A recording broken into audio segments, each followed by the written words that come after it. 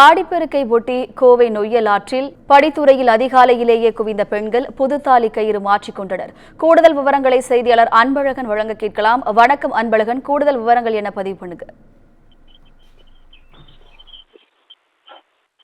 வணக்கம் அனிதா. ஆடிப்பெருக்கு விழா கோவை மாவட்டத்தில் பேரூர் நொய்யல் ஆற்றில் ஒவ்வொரு ஆண்டும் களை கட்டும்.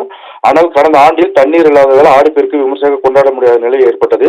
இந்த நிலையில் இந்த ஆண்டு தென்மேற்கு பருவமழை தீவிரமடைந்து கடந்த சில நாட்களுக்கு முன்பு கனமழை கொட்டி தீர்த்தது. இதனால் நொய்யல் ஆற்றில் வெள்ளப்பெருக்கு ஏற்பட்டது.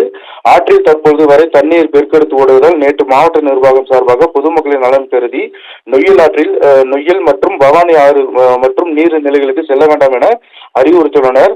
இதனைத் தொடர்ந்து இன்று பக்தர்கள் ஆற்றில் இறங்கி நீராடாமல் அருகில் உள்ள குளியல் அறைகள் மற்றும் தண்ணீர் தொட்டிகளில் இருந்து குளித்து சென்றனர். ஆற்றின் படிந்துறையில் சுமங்கலி பெண்கள் புதுத்தாலி கயிறு மாற்றி கொண்டனர். ஆடிப்பெருக்கையொட்டி கோவிலில் சிறப்பு வழிபாடு நடந்தது. விழாவில் சுவாமி பச்சநாயகி அம்மாளுடன் சிறப்பு அலங்காரத்தில் பக்தர்களுக்கு அருள் பாலித்தார். காலை முதலே நீண்ட வரிசையில் நின்று பக்தர்கள் சுவாமி தரிசனம் செய்தனர். வினிதா, கூடுதல் விவரங்களுக்கு நன்றி அன்பழகன்.